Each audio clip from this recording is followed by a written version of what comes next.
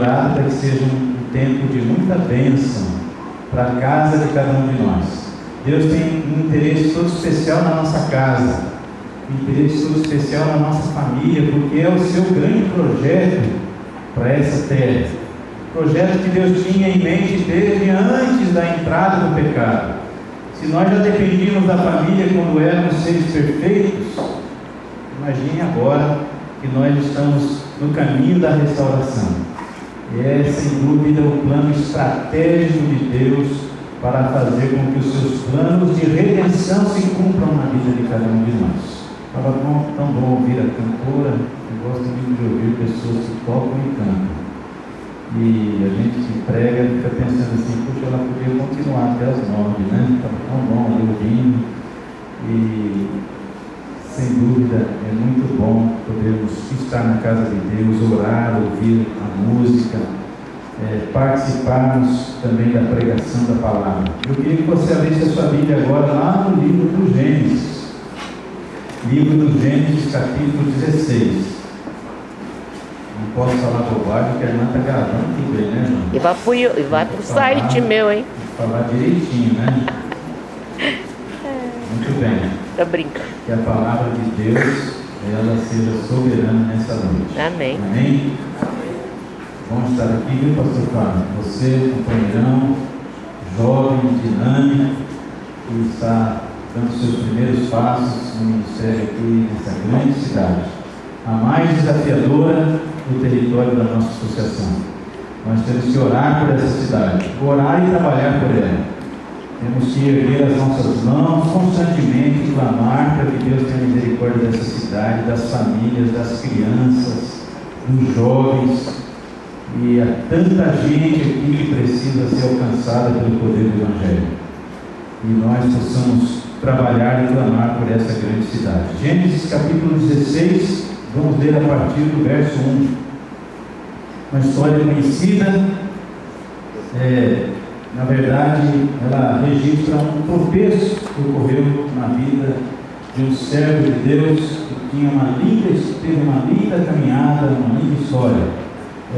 Abraão, veja que o verso 1 diz assim: ora, Sarai, mulher de Abraão, não lhe dava filhos, tendo, porém, uma serva egípcia por nome Agar, disse Sarai a Abraão: eis que o Senhor me tem impedido de dar à luz a filhos.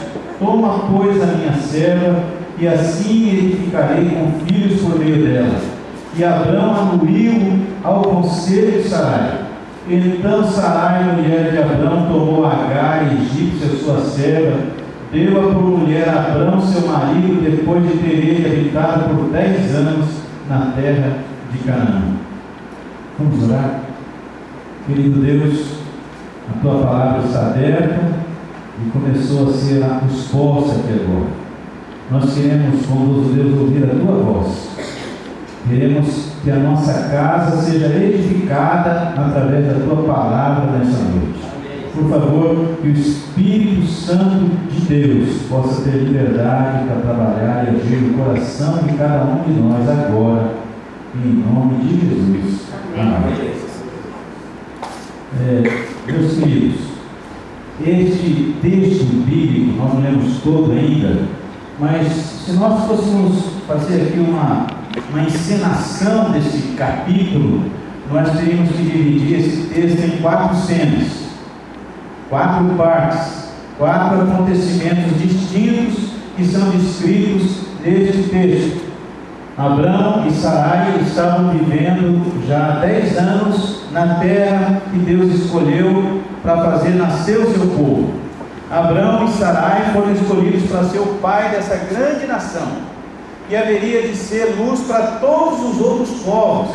A nação de Israel, ela tinha como legado espalhar o Evangelho para todas as outras nações do mundo. Esse era o propósito de Deus ao fazer nascer essa nação. Escolheu daqueles seres humanos que viviam naquela geração, escolheu esse casal, Abraão e Sarai, e lhes deu a promessa de que eles teriam uma descendência que não se poderia contar. Eles viveram os 10 primeiros anos, quando de repente Sarai começou a a perceber as dificuldades para que a promessa de Deus se cumprisse na sua vida e na vida do seu marido. A observar a vida do povo que vivia ao seu redor, os costumes da sociedade ali de Canaã, ela resolveu fazer uma proposta para Abraão. E a proposta era qual? Abraão, costume aqui da terra é que os homens tenham a esposa titular e as reservas. A reserva é só para procriar. Então, essa serva que nós trouxemos lá do Egito, eu gosto muito dela, confio nela, eu acho que ela é a pessoa certa. Ela vai dar um filho para nós. Imagino que Sarai, ela deve ter pensado muito tempo sobre isso. Até que um dia ela propôs para Abraão. Conversou, quem sabe, muito consigo mesma, mas certamente não conversou com Deus a respeito desse assunto. Não consultou a Deus. E quando ela apresentou a proposta para Abraão, ele pensou durante longos 5 segundos, 10 segundos, não sei, mas ele anuiu, diz a Bíblia, não sei como é que falaria aí na linguagem de hoje, mas ele aceitou a proposta na hora. Ele deve ter pensado assim, demorou.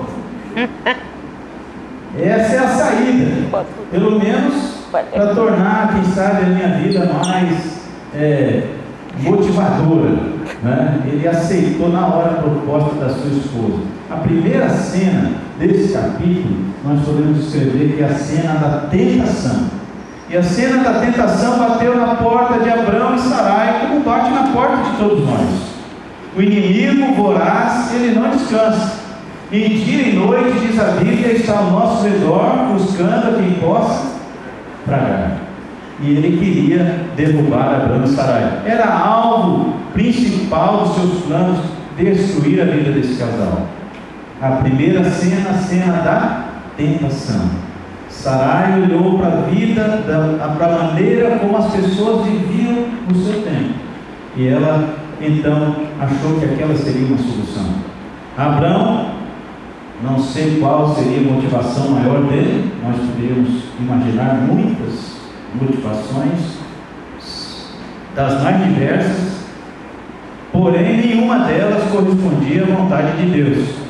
Ele anuiu, quer dizer, ele aceitou, ele apoiou a ideia da esposa, sem fazer o que era costume seu ao longo da sua vida, especialmente naqueles últimos 10 anos, quando ele estava vivenciando um profundo relacionamento com Deus. Mas naquele momento ele não consultou a Deus. Quem sabe ele deu vazão aos seus desejos mais baixos, aos seus desejos carnais, foi motivado para que aquela mulher procriasse através de um relacionamento extraconjugal, que era normal na sociedade daquele tempo, mas que nunca foi aprovado por Deus, nem ontem, nem hoje e nem amanhã, e nunca será. Qual foi o resultado disso? Vamos ver o que a Bíblia diz? Começo, muito maravilha. Olha só, a ideia deles até que deu certo num primeiro instante. Diz o verso 44, melhor, o verso 4 diz assim, que ele a possuiu e ela concebeu. Vendo ela que havia concebido, aí começou a confusão. Foi sua senhora por ela desprezada. Disse Sarai a Abraão: seja sobre ti a afronta que se me fez a mim. Eu te dei a minha serva para possuires. Ela, porém, vendo que concebeu, desprezou. Julgue o Senhor entre mim e ti. Respondeu Abraão a Sarai: a tua serva está nas tuas mãos. Procede segundo o melhor te parecer. Sarai humilhou-a e ela fugiu da sua presença. Quem era esse casal? O casal que hipoteticamente representava Deus para o mundo mais do que qualquer outro casal. O casal que foi escolhido para conceber a nação luz, que revelaria ao mundo a glória de Deus. Mas olha só o que começa a acontecer dentro dessa família. Uma grande confusão. É a segunda cena, a cena da confusão. Depois do relacionamento de Abrão com Agar, imediatamente as consequências tristes do pecado já começaram a aparecer. Porque quando Agar percebeu que estava grávida, ela que era serva, agora se achou no lugar da titular. Porque eu estou carregando no meu ventre a filha do grande patriarca Abraão. E ela desprezou a sua senhora. A sua senhora, quando percebeu o desprezo, ela humilhou a serva, chamou Abraão para uma conversa. E nessa conversa, ela foi direta: Abraão, olha o que essa serva está fazendo comigo. Julgue o Senhor entre eu e você. Colocou, aí ela lembrou de Deus. Que pena que às vezes nós nos lembramos de Deus depois de já termos caminhado durante muito tempo, tomado muitas decisões sem consultar Deus. Depois que nós temos que enfrentar várias consequências dos nossos erros, consequências que vão nos acompanhar para sempre.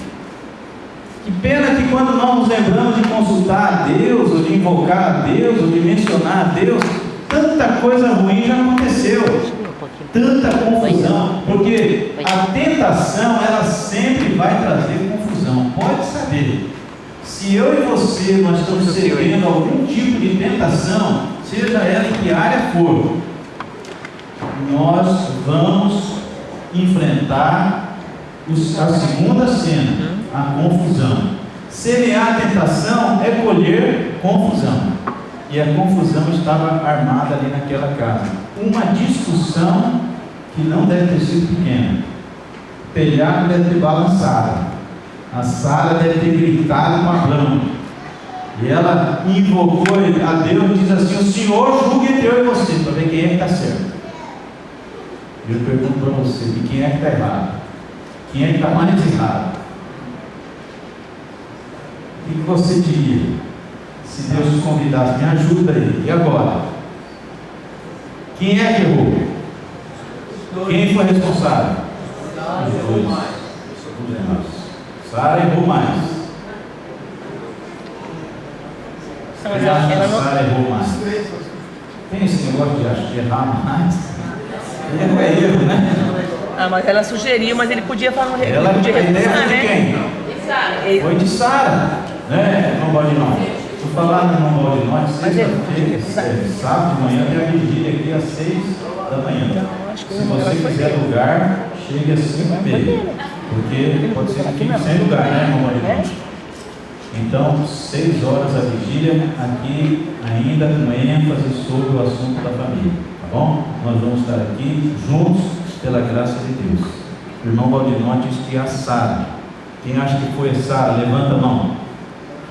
Quem acha que foi o Abrão? E os dois? E quem não acha nada? Tem uns que não acham nada, né? Eu fico preocupado com o pessoal que não acha nada. O pior lugar para você ficar é em cima do muro, né? Nunca fique em cima do muro. É melhor você, Jesus falou assim, seja frio ou quente, seja certo ou errado, mas não fica em cima do muro, não. Então, minha gente, o Abrão, ele recebeu a proposta, só que ele era o responsável por aquela casa. Ele era o sacerdote do lar. Ele era um homem que ouvia a voz de Deus claramente. Era com ele que Deus falava. Ele era o representante de Deus para aquela casa. Qual deveria ser a atitude do Abrão? Recusar. Quando ele recebeu a proposta, o que ele deveria ter feito? Sabe, ele poderia ter abraçado a Sara, dado um beijo apaixonado nela, nem que fosse na testa, e dito assim para ela: Sara, você é a mulher da minha vida, Sara. Não existe espaço para mais uma aqui, nem que fosse só para procriar. Eu não tenho capacidade de amar alguém além de você. E se Deus diz que nós dois vamos ter um filho, vamos ser nós dois. Não vai ser como costume dessa gente que vive aqui, porque nós fomos colocados aqui para ser a diferença, não só para essa gente, mas para o mundo. Olha quanta coisa ele poderia ter dito para Sarai, que conversa edificante eles poderiam ter tido. Quem sabe ele enxugaria as lágrimas da Sarai, consolaria, confortaria, levaria esperança para o coração desesperançoso daquela mulher, que estava se sentindo, quem sabe, humilhada, com a sua autoestima lá embaixo, né? Puxa, eu não dou filho para o meu esposo, será que a promessa de Deus não vai se cumprir por minha causa? A fé dela estava esmorecendo.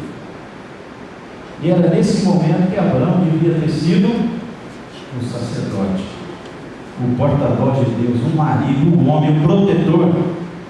Rafael deveria ter sido aquele tipo de homem que está em extinção há muito tempo, uma espécie de homem que já quase não se encontra mais fora aqui da igreja de Ribeirão Preto, né? Por aí está difícil de achar. Homem que é homem mesmo, no sentido de ser protetor da sua esposa, cuidador, da segurança da sua casa, ser uma voz que indica sempre o caminho de Deus para a sua família. Infelizmente, o Abrão vacilou. Ele deu espaço para os desejos da carne. Certamente ele foi motivado pelo sensualismo. A egípcia não devia ser feia. Uma escrava que, aliás, estava ali, nem era para estar ali, porque Deus nunca mandou eles ir para o Egito. Notem, quando nós tomamos decisões e agimos fora do plano de Deus, nós estamos sempre semeando desgraça para a nossa vida. Nós somos dependentes 100% da direção de Deus para cada detalhe. E a confusão, ela foi instaurada ali. Note que Abrão, ele perdeu a sua autoridade. Ele foi colocado na parede. E quando ele perdeu a sua autoridade, ele lavou as mãos. E ele diz assim: a tua serva está nas suas mãos. Olha, isso não podia ter acontecido. Ele estava se eximindo da responsabilidade de ser a razão, a voz de Deus para aquela casa. Está aí nas tuas mãos, faz o que você quiser com ela. E Sara, eu imagino, minha gente, que ela estava muito brava. Alguém disse o seguinte: quando o homem não é a cabeça, a mulher perde a cabeça. Vou repetir: quando o homem não é a cabeça, a mulher perde. Você já viu uma mulher que perdeu a cabeça? Você já perdeu a cabeça? Você que é mulher? Você, homem, já viu uma mulher que perdeu a cabeça? Olha, uma mulher que perde a cabeça, ela faz umas coisas que só o Senhor é que não duvida. Não mexa com essa santa que está do seu lado, porque se ela perder a cabeça, se prepare. Tem mulheres aí fazendo coisas terríveis. Por quê? Perderam a cabeça. Perderam a cabeça por quê?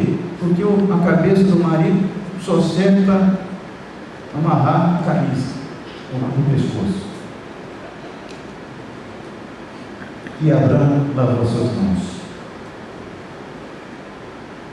Existe, será entre nós, maridos que estão lavando as suas mãos da sua responsabilidade com relação à sua esposa, aos seus filhos, ao bem-estar da família, em todas as áreas.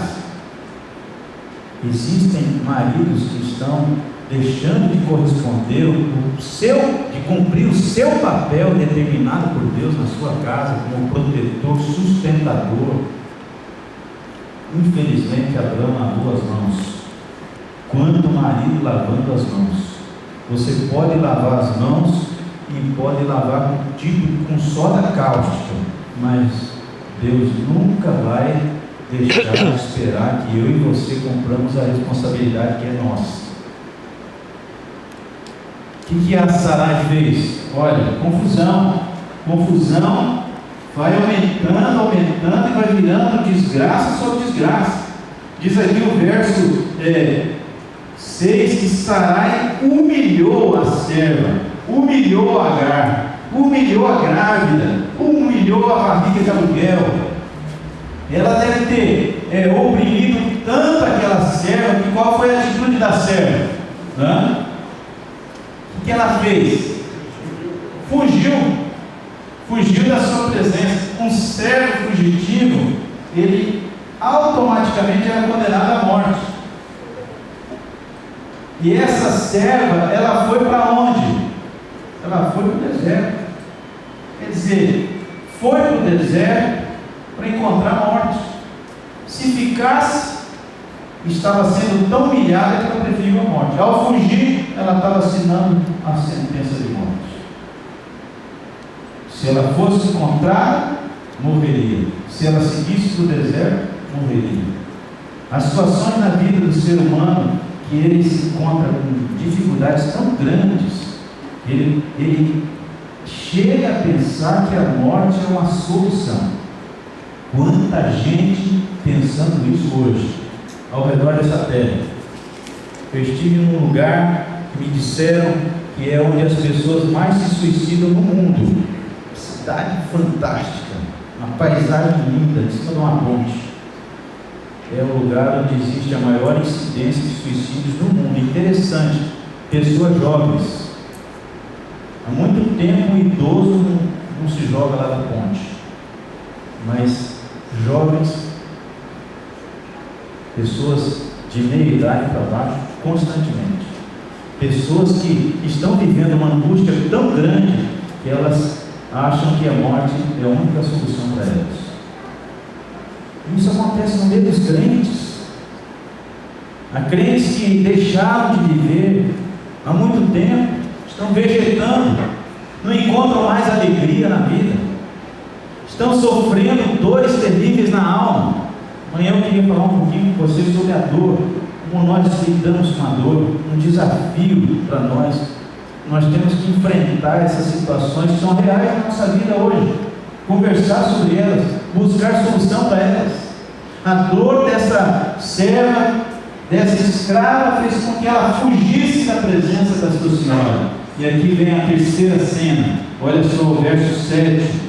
Tendo achado o anjo do Senhor junto a uma fonte de água no deserto, junto à fonte no caminho de sul, disse-lhe: Agar, serva de Sarai, da onde vens e para onde vais? Ela respondeu: Fujo da presença de Sarai, minha senhora. Então lhe disse o anjo do Senhor: Volta para sua senhora e humilha-te sobre as suas mãos. Disse-lhe mais o anjo do Senhor: Multiplicarei sobremodo a tua descendência, de maneira que por numerosa não será contada. Olha, ela foi para o deserto. Ela foi fugindo da opressão da sua senhora, da humilhação, do resultado das decisões daquele casal que não consultou a Deus. E ela, fugindo da presença, foi para o deserto. E lá no deserto, o anjo do Senhor foi encontrado.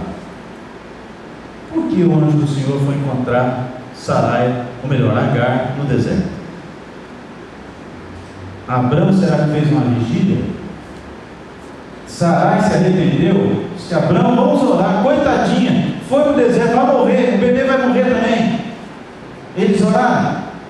Olha, não foi Abraão que orou, não foi a Sarai que orou, e não foi Agar que orou, porque ela nem sabia orar.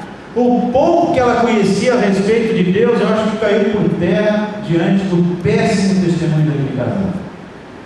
Se eles chegaram a falar alguma coisa do Deus verdadeiro para ela, e ela, quem sabe, começou a acreditar que esse Deus era real ao invés das falsas 10 divindades que havia no Egito, essa sua crença, quem sabe, foi dissipada. Mas o anjo do Senhor foi lá no deserto. A terceira cena, a revelação, melhor, a restauração. Nota, a primeira cena, a tentação. A segunda, a confusão. A terceira, a restauração. Deus vai atrás de Sarai e ela encontra uma fonte de água.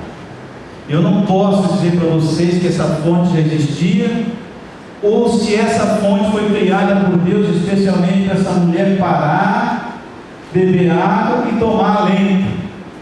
Criada por Deus para acudir aquela mulher cuja vida estava fugindo.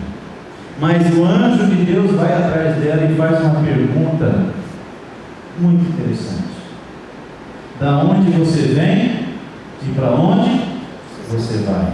Olha, uma pessoa que está numa situação dessa, ela está numa situação de extrema vulnerabilidade, né? Se parar na beira do acostamento e perguntar para o Andaí, de onde você vem, para onde você vai, bem provavelmente ele não vai saber dizer nem de onde veio, nem para onde vai. Existem muitas pessoas que vivem essa situação, literalmente, pessoas que tiveram uma boa vida, não diria uma boa vida, mas tiveram preparo para a vida, mas cujo estresse, a desesperança foi tão grande, e não tendo coragem de exterminar sua própria vida, ela sai pelo mundo, sem saber para onde ir, sem saber de onde vem, sem saber para onde ir. Uma pergunta extraordinária: para onde você vem, para onde você vai? Em outras palavras, o anjo de Deus, que foi enviado pelo Todo-Poderoso, ele estava confrontando aquela mulher com a realidade da sua vida e das suas decisões. O que você está fazendo com a sua vida? Da onde você vem, aonde você acha que você vai? O que você acha que você está fazendo? Quantas vezes, meus queridos, Deus nos confronta para nos salvar? E a confrontação não é agradável. É quando nós nos encontramos com a realidade das nossas decisões, com as consequências das nossas decisões. E elas estão aparecendo na nossa vida e na nossa casa. Os resultados estão afetando outras pessoas, muitas vezes inocentes, que sofrem por causa das nossas decisões erradas, dos nossos fracassos, dos nossos pecados. Sabe, quando alguém se desvia do caminho de Deus dentro da casa, todo mundo sofre. A casa de Abraão virou um lugar de sofrimento, porque ele, sobretudo ele, tomou uma decisão errada. E eu sei, meus queridos, que nós estamos sofrendo na nossa casa muitas situações que não precisariam estar acometendo o povo de Deus. Estão acometendo porque, embora nós professamos a nossa fé, quem sabe estamos agindo como Abraão e Sarai. Na hora de tomar decisões, nós não estamos consultando Deus, estamos consultando os instintos do coração carnal e não nos rendendo à vontade soberana do nosso Deus. Essa serva foi confrontada por Deus: para onde você vem, para onde você vai? E ela disse: eu fujo da presença de Sarai, minha senhora. E aí o anjo deu uma ordem muito lógica e tranquila para ela. Qual foi?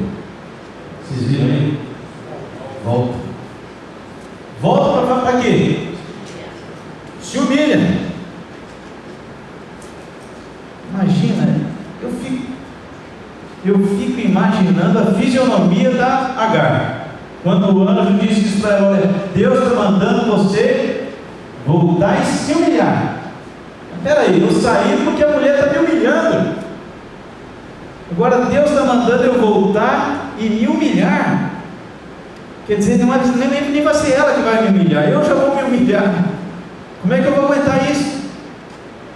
Sabe, meus queridos, as ordens de Deus para nós, elas são complicadas, perceberam? Elas não têm muita lógica. Vamos ser sinceros aqui. As ordens de Deus na Bíblia, elas não são lógicas. E essa era mais uma ordem que não era lógica. A gente poderia passar aqui a noite toda, cada um de nós, apresentando uma ordem estranha que Deus deu. A Bíblia é um livro de ordens estranhas. É um livro cuja palavra de Deus a nós não se baseia nunca na lógica. Olha, Deus pede para a gente tirar um dia da semana para dedicarmos exclusivamente para Ele. Para o mundo isso não tem lógica. Deus pede para tirar uma parte dos nossos recursos. E nesse tempo difícil que nós estamos vivendo, Deus 100% está dando. Aí você vai separar uma parte significativa para dízimos e ofertas. Não tem lógica. Tanta coisa não tem lógica. Casamentos são descartáveis hoje. Deus está convidando você e eu para vivermos uma relação que é para a vida toda. Não tem lógica. Tudo se desgasta na vida. Os relacionamentos também, troca de relacionamento, é mais fácil. Mas Deus diz: não, filho, é com essa que você vai ficar até o fim da sua vida. As ordens de Deus não são lógicas, porque Deus, embora seja o autor da lógica, Ele não está submetido à lógica. E o convite de Deus para os seus seguidores não é viver sob a lógica, mas é viver sob o poder da fé. Não tem sentido, Agar, mas volta e humilha-te. Olha, meus queridos, aquela mulher que estava vivendo um momento de extrema vulnerabilidade, ela estava sendo convidada a voltar de novo. Voltar seria ir ao encontro da morte, porque um servo fugitivo já sabia a sentença: se eu voltar, vou morrer. Se eu ir para frente, quem sabe encontra outra fonte d'água, uma outra, até sair desse deserto. Mas voltar. Olha, meus queridos, quando a gente olha o panorama da nossa vida, quem sabe algumas circunstâncias que nós estamos enfrentando e nos deparamos com as orientações de Deus, parece que elas são as mais absurdas, as que não vão dar certo.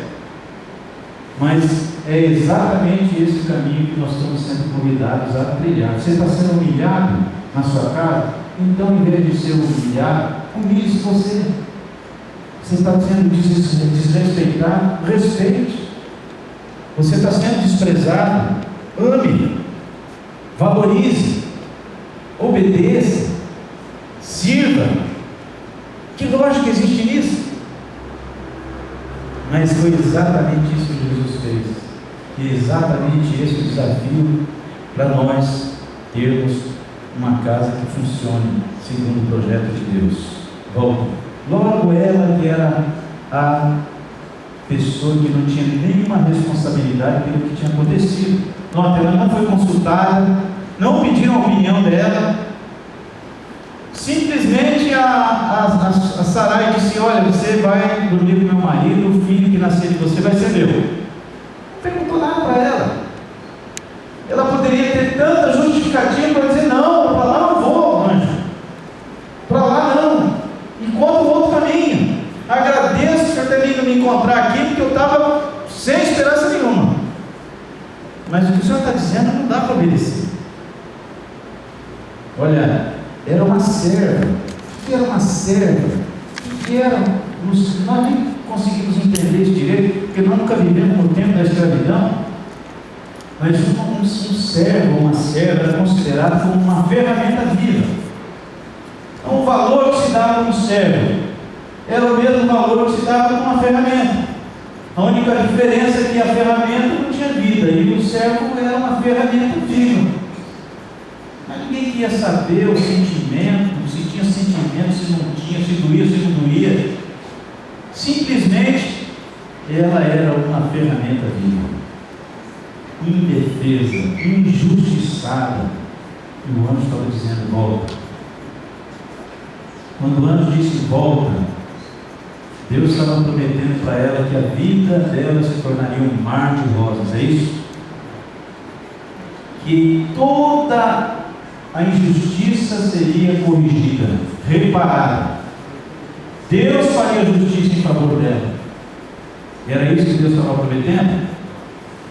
Olha, a sua serva vai continuar sendo opressora, você vai continuar sendo escrava, melhor, a sua senhora vai continuar sendo opressora, você vai continuar sendo oprimida, você vai continuar sendo injustiçada, você vai continuar sendo escrava, mas volta. Sua vida não vai virar um mar de rosas, nunca vai virar, sempre haverão dificuldades, mas a diferença é que daqui para frente eu vou cuidar de você, eu vou tomar conta de cada passo que você der. Então a quarta cena dá lugar aí no texto bíblico. Deus faz uma revelação. Olha só, o verso de 10. Disse mais o anjo do Senhor: multiplicarei sobremodo a tua descendência, de maneira que por numerosa não será contada. Veja, aqui a graça de Jesus vai ao encontro daquela mulher no deserto para levar esperança para ela. E Deus faz essa revelação. Disse ainda o anjo do Senhor: concedestes e darás à luz um filho, que chamarás Ismael, porque o Senhor te acudiu na tua aflição. Olha a revelação linda que Deus dá para ela.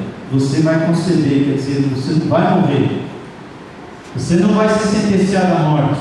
O filho que está no seu ventre vai nascer, e eu já vou dar o nome dele. O nome dele é uma advertência para o Abraão e a Sarai, e é uma esperança para você. O nome dele vai ser Ismael, revelação de Deus, que acompanha sempre a sua obra de restauração. Quando Deus restaura, Ele não só coloca a nossa casa em pé novamente, mas Ele indica o caminho que nós devemos seguir para continuarmos em pé, para nos fortalecermos no Senhor, para termos em Deus as defesas dos ataques do inimigo. E Ele faz uma revelação: Ismael. O que quer dizer Ismael? A junção entre duas palavras. A palavra El, Deus, e a palavra Isma, no hebraico, quer dizer ver. O Deus que vê. O Deus que vê. O nome do seu filho. Então você vai voltar, e quando você chegar no arraial e vier aqueles servos, e o primeiro fofoqueiro for lá contar para Abraão e Sarai, imagina quem voltou aí.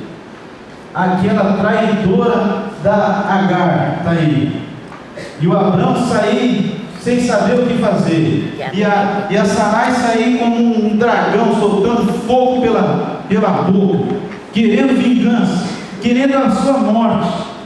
Quando isso acontecer, você vai revelar a visão, a presença, a graça que eu estou oferecendo para você nesse deserto.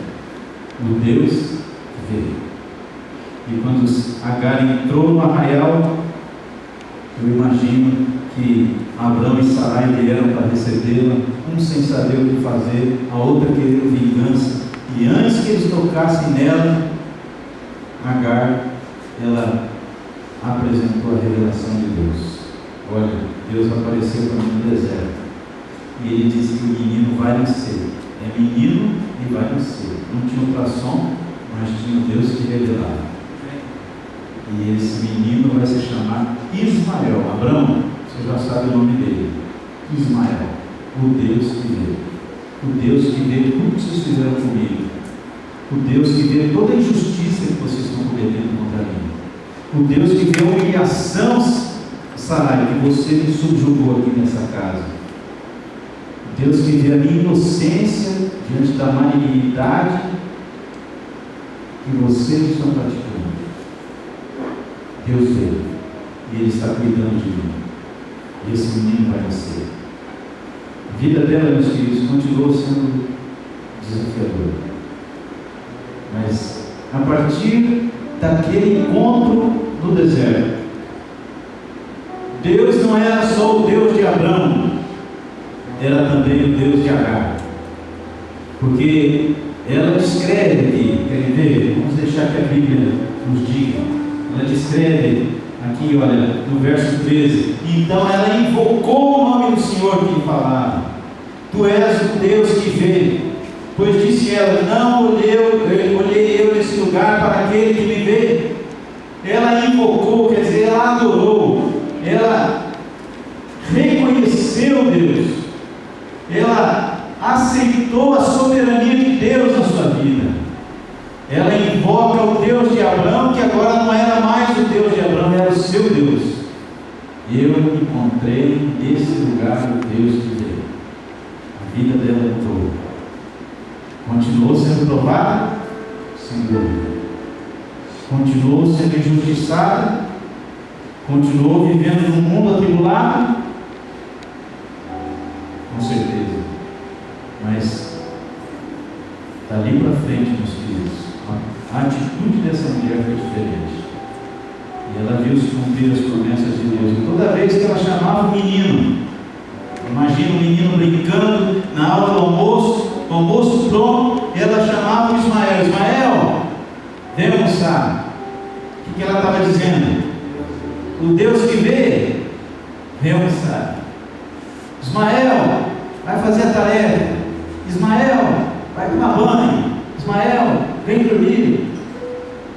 Cada vez que ela mencionava o nome dela, era uma oportunidade de se lembrar a respeito do seu Deus, o Deus que vê, o Deus que olha para você, o Deus que olha para mim. Ele sabe das nossas aflições, ele sabe a angústia que está no nosso coração, é por um filho desviado, e pela dificuldade que nós temos de nos relacionar dentro da nossa casa, é por muita coisa que esteja acontecendo na nossa vida que nós sabemos está trazendo infelicidade para a nossa casa. Sabe, não temos como lidar com essa situação. Mas nessa noite o Senhor vem aqui para dizer: eu sou o Deus que vê. Hoje o rapaz lá do hotel me ajudou a levar as coisas no carro e eu voltei para acertar minha conta. Depois ele veio e me deu um bilhetinho. Ele falou assim: olha, eu vi lá no seu carro a caixa das causas impossíveis. Eu estou vivendo um desafio na minha vida. Eu queria que vocês orassem lá por mim. Eu confio que Deus vai trazer solução para a minha vida. Ele estava passando por um drama. Foi reintegrado à sociedade. Mas essa reintegração está começando a trabalhar. É um desafio. O inimigo quer levá-lo para a velha vida. E ele confia no Deus que vê. Depois eu estou lá na caixinha sobre o pedido de oração. Eu vou pedir que alguém traga essas duas caixas. Todas as noites elas estarão ali, amanhã, sexta-feira, sábado. E numa delas você pode colocar os seus agradecimentos, seus pedidos. E na outra, aquilo que você não pode fazer nada. Situações da sua vida, simplesmente você tem que confiar completamente na ação de Deus. Não tem uma parte que você possa fazer. Coloque aqui as causas impossíveis. Olha o que Deus diz: olha, as coisas que não são possíveis aos homens são possíveis para Deus. Jesus disse isso em Lucas capítulo 18, verso 27. Causas impossíveis, pessoas impossíveis, situações impossíveis, consequências impossíveis.